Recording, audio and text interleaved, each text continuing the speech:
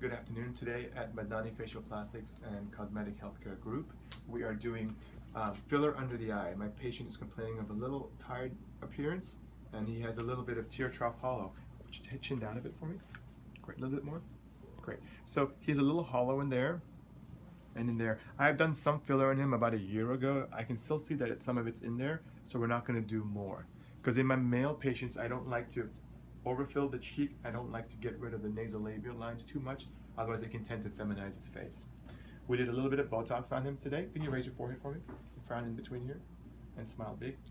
And we did it on his lower, relax for a second. And we did it on the corners of the mouth. That's the depressor anguli oris muscle. And we put a touch of Botox there to give him a little lift down here.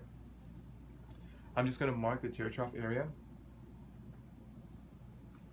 I'd marked it earlier, I'm just remarking it.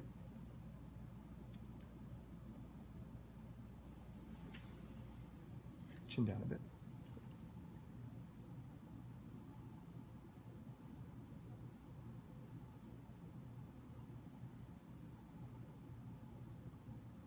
And these are just approximate lines. And can you tilt this back a bit? Mm-hmm. And then tilt the whole chair back. This is Belotero. It's a very, it's just one of the softest fillers that we have out there. It's great. And it's easily moldable as well. So this is great for under the eye. It doesn't cause any of what's called the Tyndall effect that you can get with some of the other thicker fillers. So I have some patients that will come in here saying they have some lumps or some bluish coloration under the skin after a filler. Most likely that's from a thicker filler. And that can be removed with a product called hyaluronidase. I mix the Belotero with some local anesthesia. The injections are relatively painless. He may get a little redness after this. There's always a chance or risk of a little bruising, but it's very rare. And once the filler is mixed,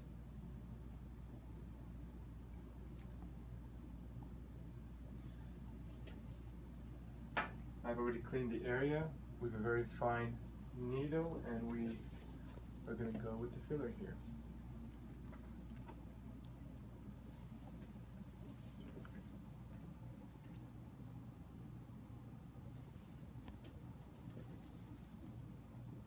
Little pinch, okay?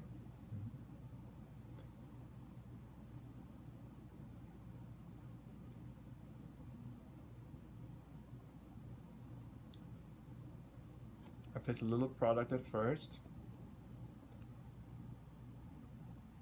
It goes deep.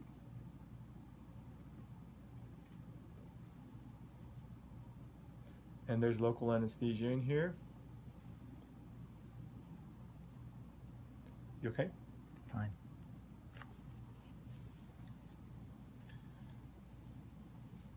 I'll let that sit for a little bit and I'll just put a touch more.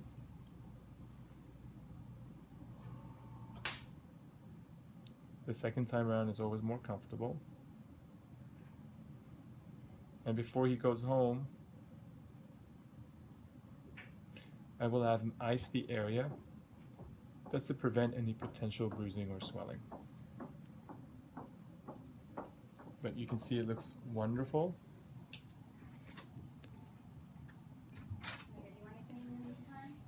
And I'm just going to wipe off these marks here. And we can already see a much softer appearance on the under eye area already. And that's with a very small amount of filler. So I'm going to go ahead and do the same thing on this side. Greg, turn your head this way for me. Perfect. We'll stick here again, okay?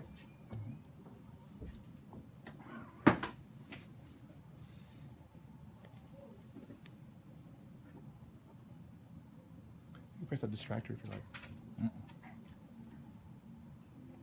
Pinch.